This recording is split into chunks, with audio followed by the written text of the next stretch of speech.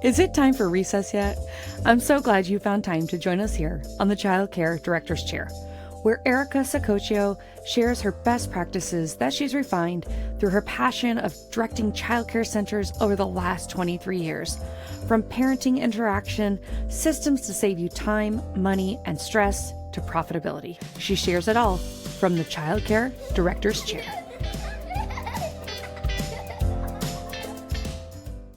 One. Hey guys, welcome to the Childcare Director's Chair podcast. I'm your host, Erica Sacoccio, and I'm so excited you are here today. In today's episode, we're focusing on what every early childhood leader needs to know about strategic planning and why it's not just a nice to have, but a must have for long-term success. Whether you're leading a startup center or a well-established program, strategic planning gives leaders clarity, confidence, and direction that they need to grow sustainability, navigate challenges, and ensure a high quality care for children and families. While we'll explore the essential skills childcare leaders need to develop and build and implement an effective plan, the steps to get started, and the powerful impact of a strategic mindset and what that can do for your team, your operations, and your outcomes. Plus, we'll walk through 8 compelling reasons why strategic planning should be part of every leader's toolbox. So before we do that, let me introduce our guest today. I'm super excited. We have Joe Pincinot. He is a strategic planner, coach, trainer, all the things, and a great friend of ours from here in Rhode Island. So welcome to the show, Joe. Oh, thank you for having me here. It's a pleasure. So tell folks a little bit about strategic planning and how you came to be so passionate about it for ECE. I think, like most educators, so I started off in a classroom, early childhood, preschool focus with special ed kids, and I was a really good teacher, so they made me like the education coordinator and the lead teacher. And I had no training or experience. I had the expertise as an educator. I do give myself credit for being a very good one, was and is now.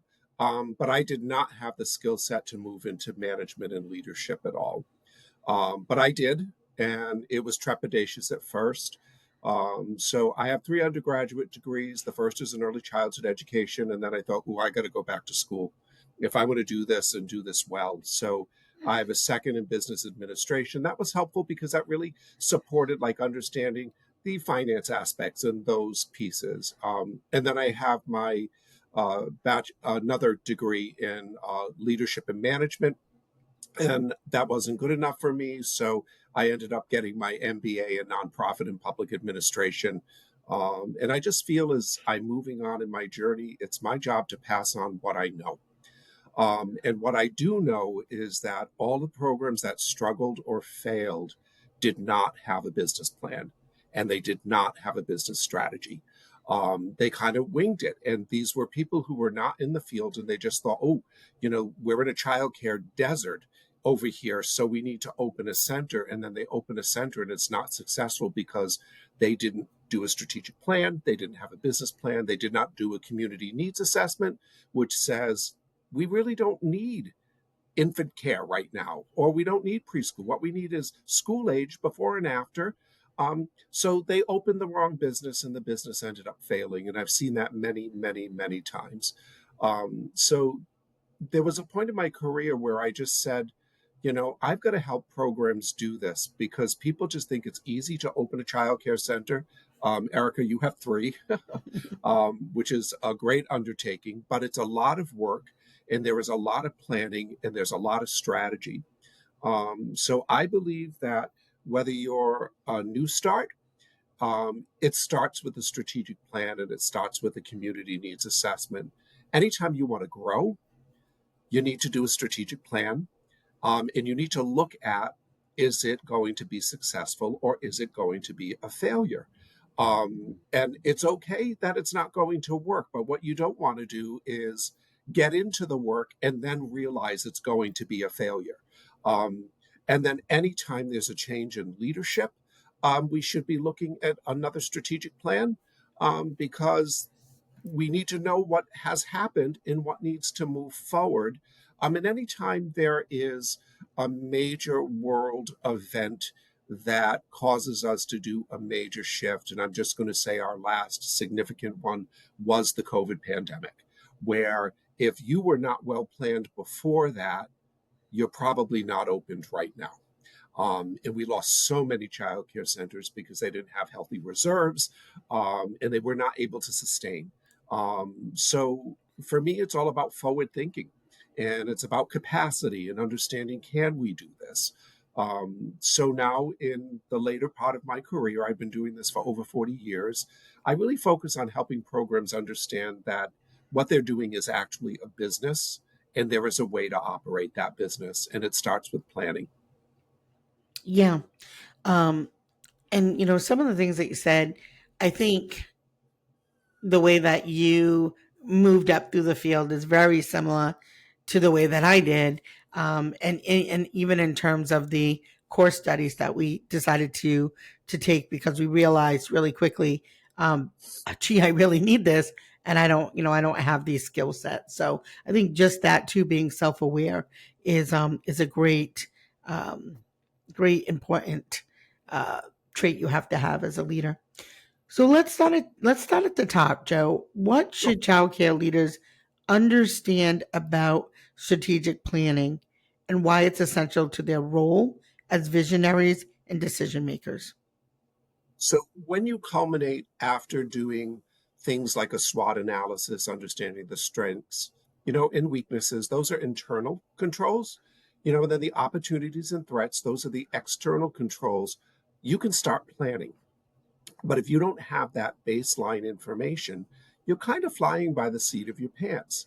I'm working with multiple organizations right now, and that's in addition to all of the other, early childhood work that I do. I just am sought after to help with strategic planning, and I'm glad to always help. Um, but it creates the foundation for you looking forward 3 years, 2 years if you want to do a shorter term plan, and it helps keep you on track. For me, the strategic plan for people to know, it's got to be a living and breathing document. It's not a process that you go through. We come up with a plan and then it gets put on the shelf and it grows dust. It's really got to be open and reviewed. So the plan itself is incredibly important in coming up with your action steps and who is responsible and the timelines for those completion. The monitoring of that plan is where a lot of people fall off. It's really easy to just put it down and forget it, but it's got to be the guiding principle. For me, it creates the foundation and it is the Bible of the work that we do. It should be revered that way. It should be reviewed regularly at staff meetings. It should be reviewed, with the people who are responsible for doing the work and making sure it rolls out. Um, because the plan is also going to help with a whole other concept, which I know you believe so strongly in, quality through accountability. Like we have to hold people accountable to ensure the quality of the programs. Um, I hope that answered your question. It does. So, some folks might be listening to this, and with where I don't want to say throwing these words around, but kind of, for lack of better words to describe it. So, somebody who's listening who might be a new director, how do they do a SWOT? Where do they find a SWOT? What does that process look like? Okay. So, a SWOT analysis for me starts the process. For some people, they use the gap analysis, like where are the gaps in the work. I prefer a SWOT analysis because I think it goes and takes a deeper dive. Um, I think you start by pulling together a group of people who are going to participate in this process. So it would be yourself. If you have a CEO or executive director, certainly senior leadership needs to be included. If you have a governing board, they need to be involved as well. And we need to involve staff who actually implement everything. So that's the fancy word, as we say, you have to include all stakeholders, to make sure that you have the right people. So you actually have to plan the planning process. And that starts by putting together a committee or hiring a consultant like me who comes in, and just says, I've got all the tools here. let's go. You can also, Google research is just intense. You can Google like SWOT analysis Hmm. questions and they will give you some questions. I like the committee to come up with those. And I really, when I go in privately, I interview that group of people and just say, what are you wanting to get out of this? What is the end result? I get your funders want you to do this, but what is the end result that you want from this? So for me, I believe if you're entry level, you start with doing some research, whether that is connecting with a consultant, whether that's speaking to someone like you who run and own and operate 3 centers. You've done this before. I think connecting with our colleagues is really important. Networking is critical. And so someone might not have done it, but they know you have, and you can be a great resource. So I say the biggest um, challenge for me in my career was it took me so long to get educated to do all of this, and we don't get that. We don't get that when we're doing our coursework in early childhood or elementary ed. It's just not a part of it. So I would suggest going back to school if you can, and that can be funded, and taking some basic leadership courses. You can take business strategy and planning courses. And if you can't afford that, you can get great books through Amazon that you can read. There is tons of wonderful information on YouTube. Just be selective about who you're taking the information from.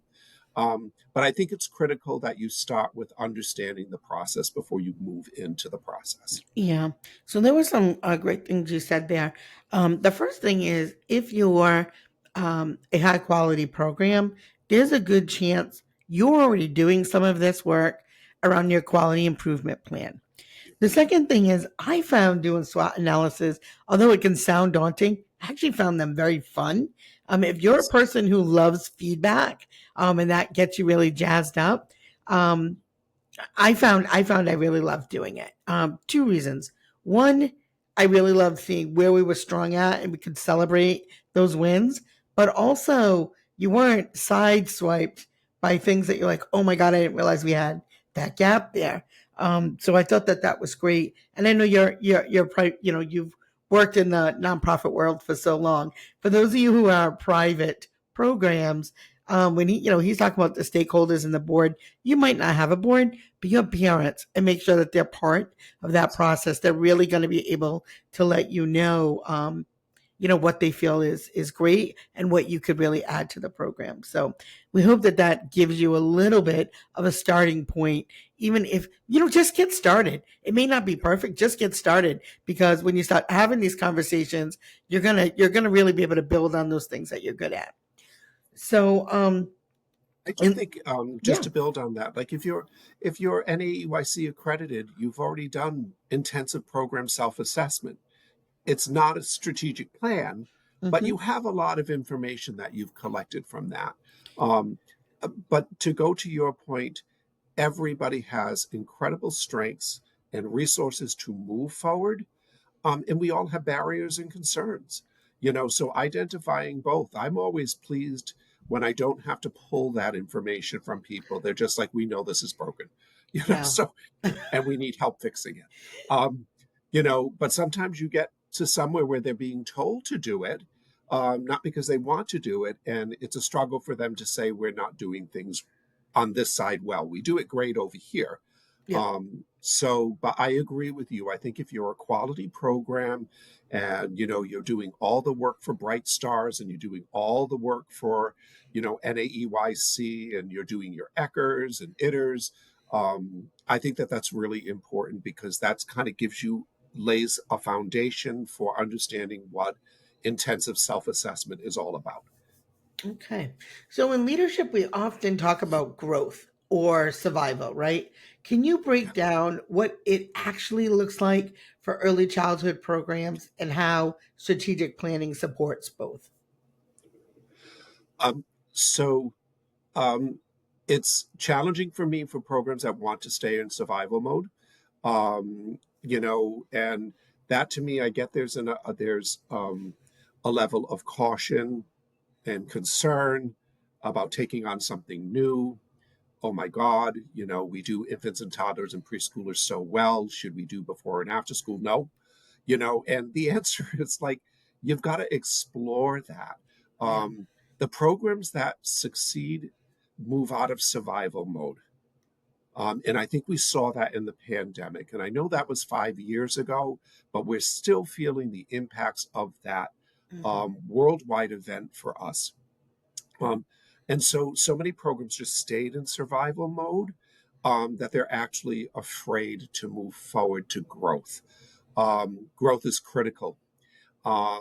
You can't stay stagnant. You will become extinct. And I know that sounds harsh, but that is the reality, is that we as leaders, as owner operators, we always have to be looking at how can we diversify our services to stay relevant. Yeah. um, right? I Yeah. just I I just think you always have to be looking at what is the next thing that we can do well. And if that's part of your strategic plan, you're thinking that 3 years out. By the end of the third year, we have opened school age programming for 40 additional children. And we've spoken to people about how that happens. We've done the community assessment to say it's desperately needed in our Mhm. area, particularly before and after school and summer care. Um, and I just know right now, like I keep bringing it up, and I know you're passionate about that. Um, you know, um, just the whole after school programming and youth programming, but there's not a lot of it. And I'm not saying that's the way you need to go, but I think you have to look at diversifying your services just like you have to look at diversifying your funding sources. And I think they go hand in hand. Yeah. I think right now there's three choices. You can either become a state funded pre K, you can Yeah. offer wraparound services, like you said, before and after state funded pre K, or you can go out of business. You got those three choices. So Yeah, it's the truth. it is It's the truth. absolutely Yeah. true. Yeah. So before and after school, for those of you who, worked in infant toddlers so long, it doesn't have to be scary and you don't have to take in 8-year-olds. When I say before and after school, right now it might look like that you're doing wraparound care for the local state funded pre K because in about 2 weeks, they're all closed. So those families now have no care. So maybe you're going to offer summer camp, vacation weeks, like Joe said, before pre-K opens, after pre-K opens. So, you can still work with the age group that you really love and you're passionate about.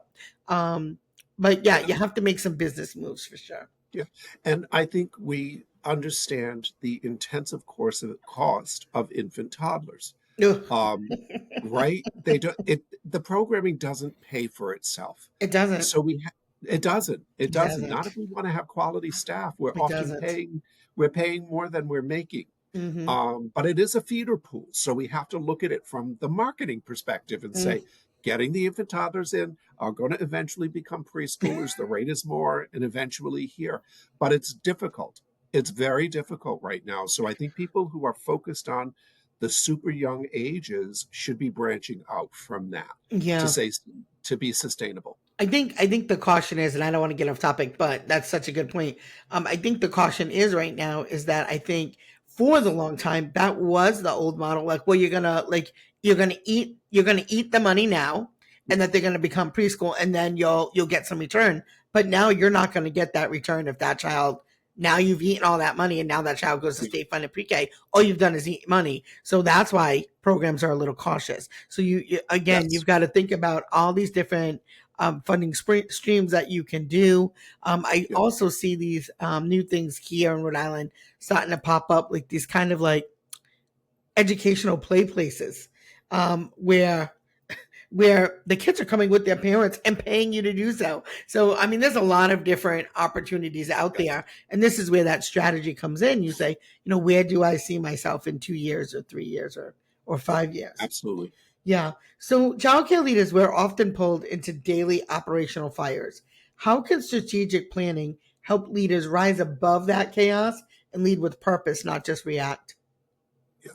I think there needs to be, so we're going to go into another thing, which is just time management, because it is so easily to get pulled in. We're going to be out of ratio. Someone calls out sick. But there has to be in your dedicated time to be on top of the strategic plan. So there are times in time management where I'm just not available. And I actually say that. And I know that's hard for people, but that's why there's directors at the center, there are Mhm. assistant directors, there are other people who can pick up, hey, come get me if there's a major crisis. I get that, Mhm. but I also need to be able to do my job. So Mhm. childcare directors need to know that you have got to put the time aside to do your job. And I found like super early morning, I could get in a couple of Mhm. hours. And Mhm. after the center closed, I could get in a couple of hours Mhm. because I needed to be available. As you know, I'm no longer working in centers, but I have a very long history in Head Start and in childcare. And I really just had to say, because sometimes people are approaching you and it's really, I refer to it as the 3 Ds. And I would say that to people: death, dismemberment, or disfigurement. If it's not one of the 3 Ds, you got to give me an hour.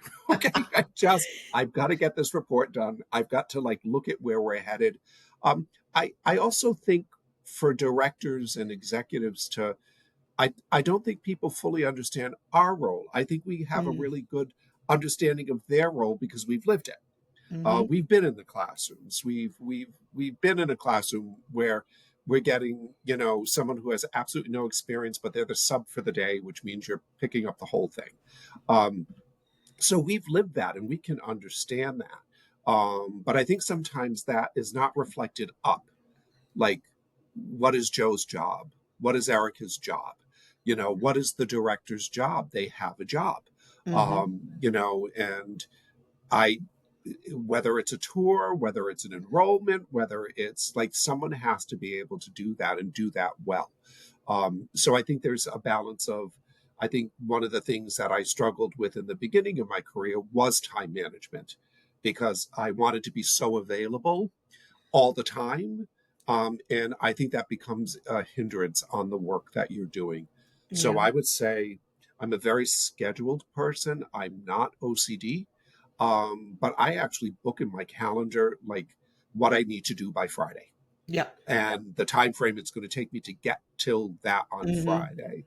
So even the programs that I'm working with on their strategic plan, certain groups we have monthly meetings, they're not optional. Certain groups we have bi-monthly, we have quarterly meetings. I meet with the board of directors once a year, but I meet with the executive committee of the board 2 times a year. We schedule it in. Sometimes schedules change, but if it's not in the calendar, it's probably not going to happen. Mhm. There's a great book, and I'm not going to remember the author, but it's called 9 Minutes on Monday, um, where it just takes a leader to say, sit down for 9 minutes on Monday and come up with your priorities for the Mhm. week. I know you've done a lot of work with John Maxwell. Mhm. His work is incredible in terms of leadership. So there are great resources out there. Again, I'm going to go back to you've got to self-educate, Yeah. or outreach to your peers who have done that so they can provide you support. Yeah. Thank you.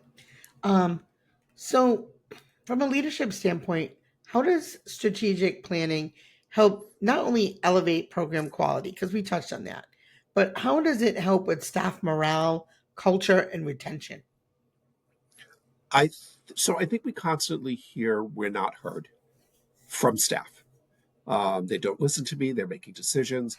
The strategic planning process is a partnership and a collaboration where you are asking staff and families for Mhm. their feedback on the program. And sometimes that's hard to hear. It just is.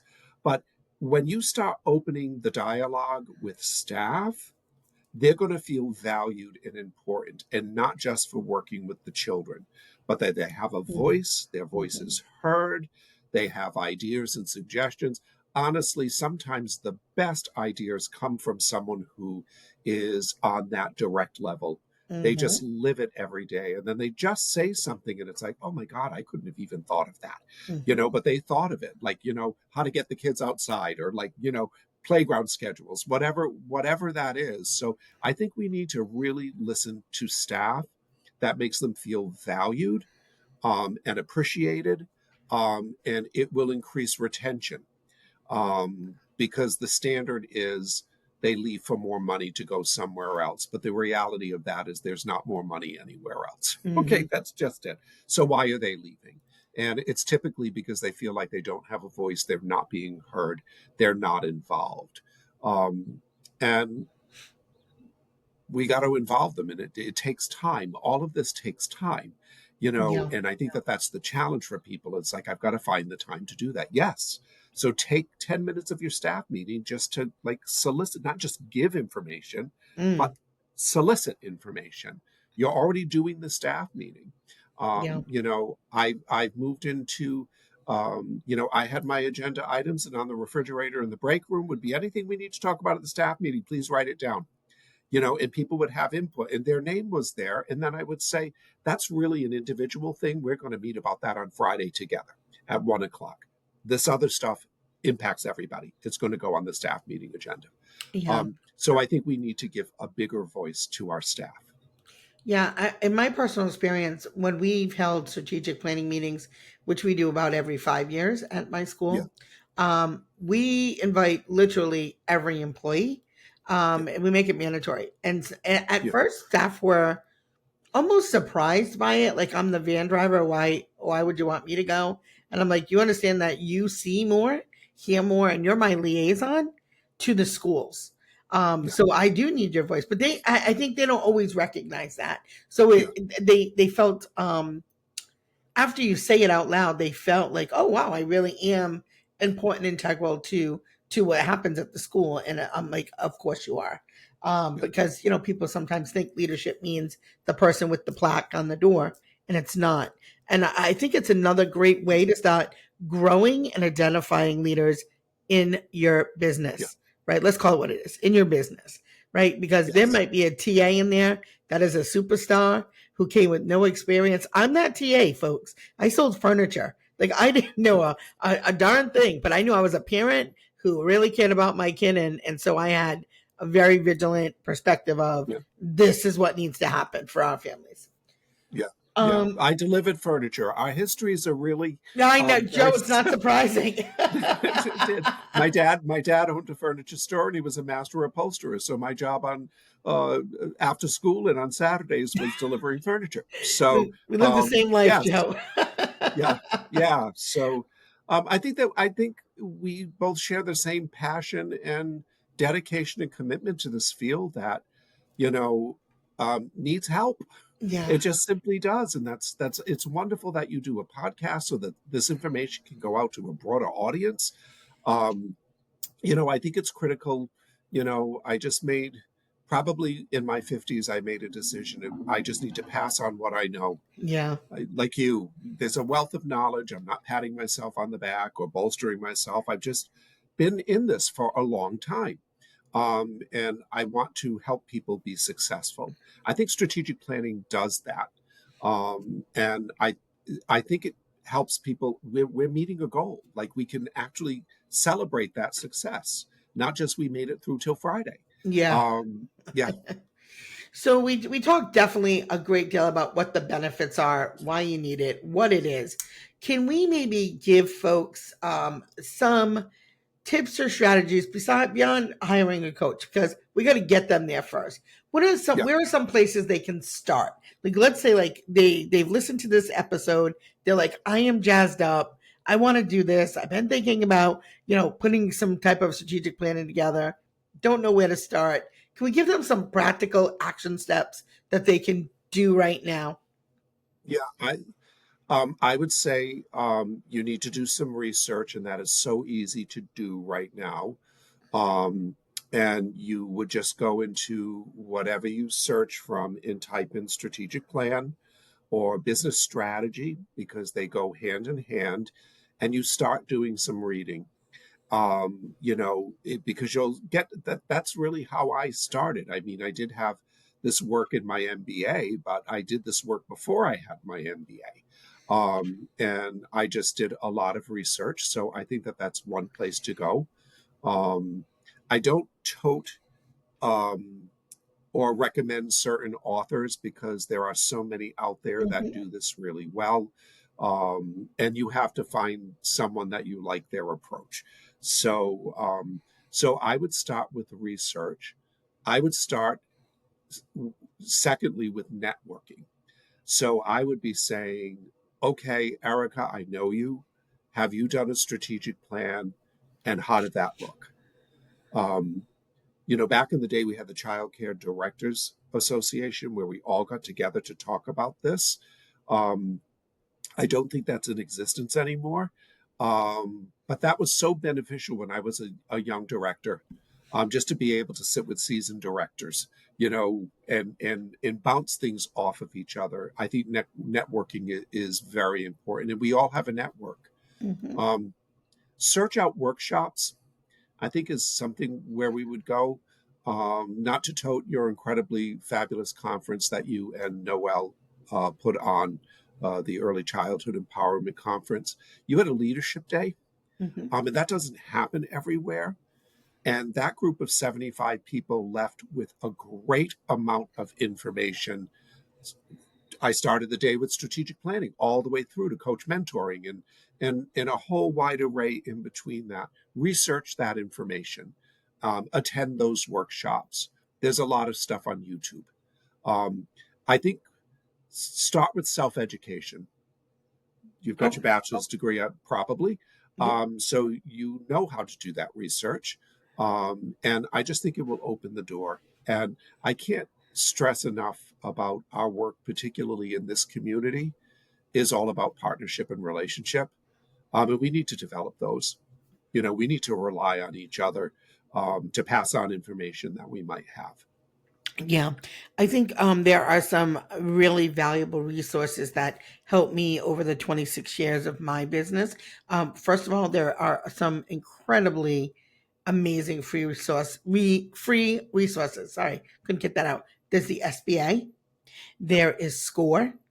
Also, here in Rhode Island, we have the Center for Women in Enterprise because most women own childcare centers. That's a reality. Um, Also, if you're an established business, there's the 10,000 Small Business Program through Goldman and Sachs, which is an incredible program. Honestly, I think it might have saved my business because I had just finished that program before COVID, and so my stuff was so on point, put together, and it wasn't prior to that program. I mean, it was together, but not to the level it Right. was after that.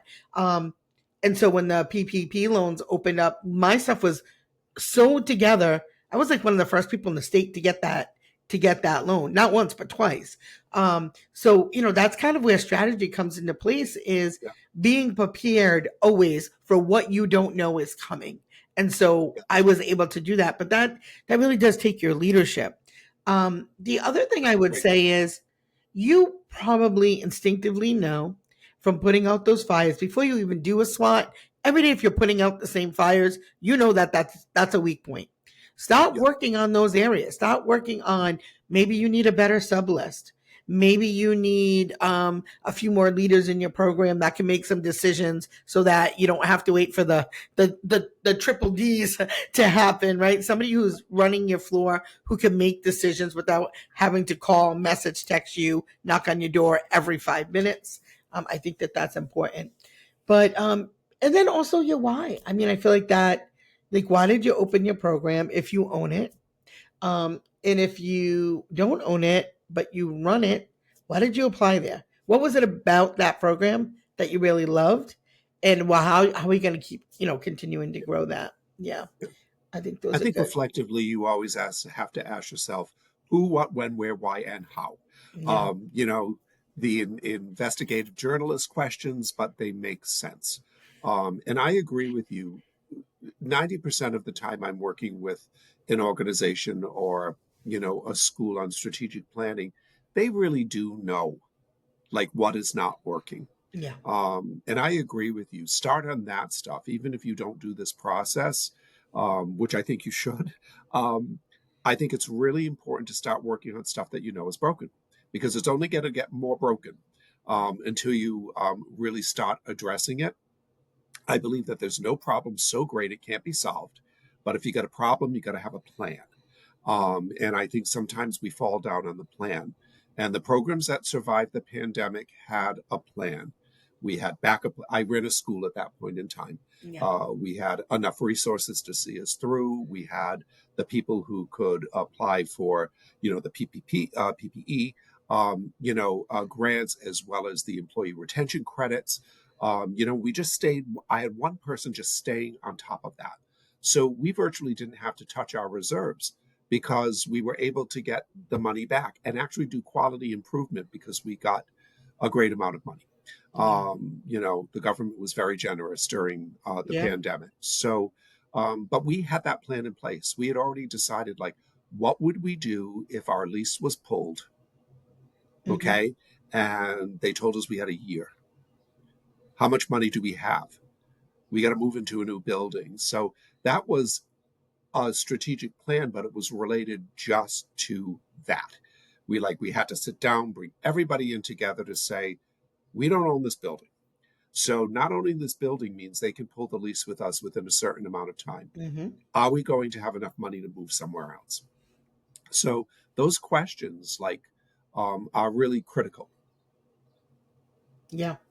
Um, can you share an example of a leader or a program that saw major improvement after committing to a strategic plan and what changed for them? Um, just about every single one that I've worked with without using names, the ones that do not have success in the strategic plan view it as a process, just like you would review, NACI accreditation as a process. We just want to get through it and then we stop it. So I find that programs that on any level, nonprofit, for profit, um, if they just do this to do it, and then they don't have the follow through and the monitoring, those are the ones that are not successful because they're not working on the action plan. The ones that are work on the action plan and they are continually moving forward within the plan, knowing at the end of 3 years, we've got to get or 5 years, like yours is a 5 year plan, we've got to get all of this accomplished within that 5 years. And that's including crises, and that is including short staff, and that is including everything Yeah. else. It has to become the priority of a leader to say, this document is the document that I use to guide my work. So, yes, all of the other stuff is incredibly important, and I've got to be a part of that. But I have to revisit this all the time, and I have to make sure we're staying on task. Um, Okay. As we start to wrap up, let me ask you this because you talked about this being a living, breathing thing. How can leaders keep their strategic plan alive? Like what habits, what check-ins, what systems help ensure that it doesn't collect dust?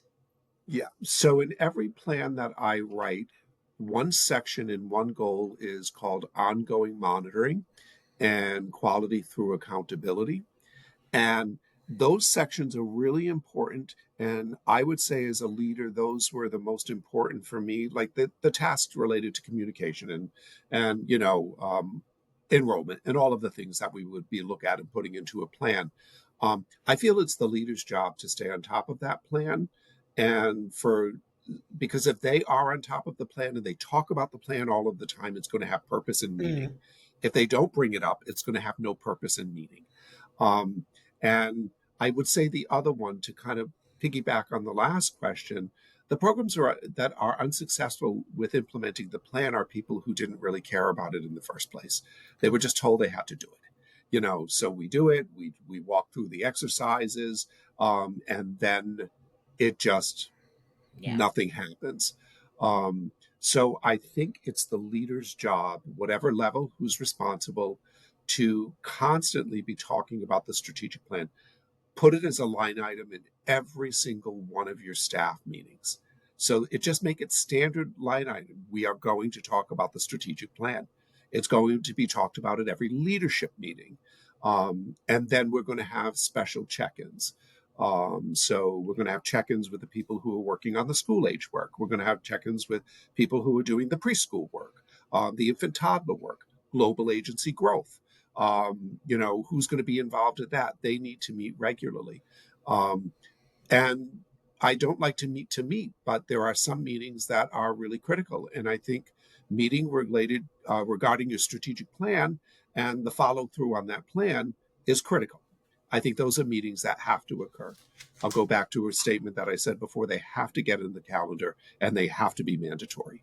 And I've gone as far as they're mandatory in person, or you just have to be there. You can be virtual, but you have to be there. Your camera's got to be on, and I'm going to ask you questions to make sure you're awake.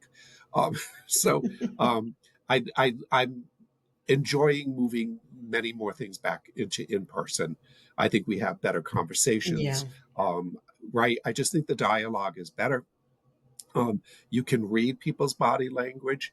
You can ask questions that are hard sometimes when you're online, because you don't get a good read of the room. You're just getting Yeah. faces here and there. Yeah. So I think it's the leader's job to just be as passionate about the plan as they possibly can be.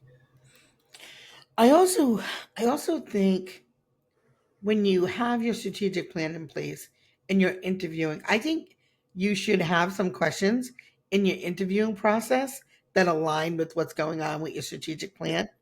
I also think that you need to build it in your performance rubric. Like when you're meeting with your staff on their quarterly or however you do it, the one on ones, right? Like you said, like expand that conversation and directly say, how does this task align with our strategic plan?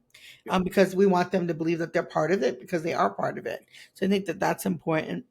Yeah. And yeah, I I think that think was, to piggyback, I think what happens is sometimes we don't put in the checks and balances that we need to have. yeah.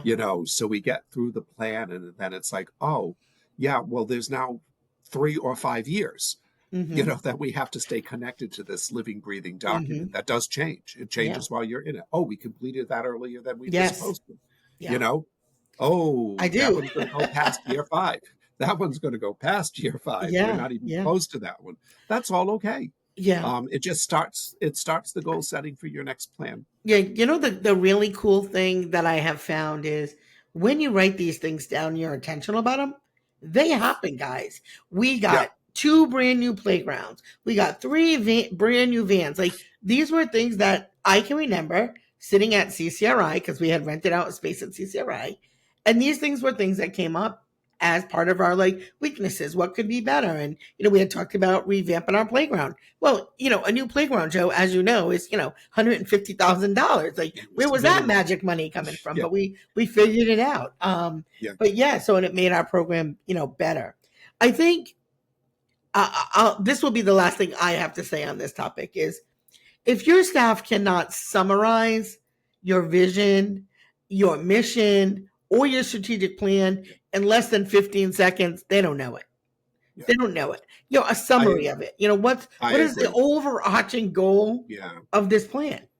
Part of the strategic planning process is actually revisiting or coming up with your mission, which is what you do now, your vision, where you want to be, so connected to your strategic plan. I also believe that there needs to be a value set, so a list of Mm, values. Um, but the last one I do with every group is the elevator pitch. And not that I want everybody to memorize it, but it is a synopsis of those mm, three very important documents into this is what we do and this is what we believe. mhm. And that should be and every single one of your staff should be able to share that. I also believe in taglines.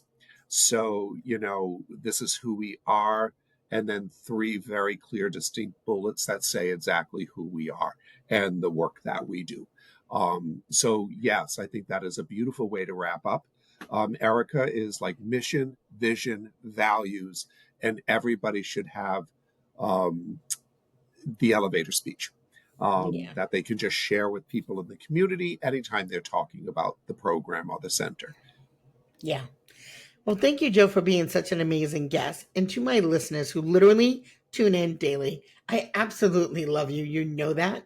If you feel like this episode was helpful for you in some way, please give us a rating or review. We are working really, really hard to have our podcast move up into the top 25% of podcasts of all time in ECE. And we're not that far away. So thank you, thank you, thank you. Again, you are tuned into the Childcare Director's Chair podcast. And as always, have a great day.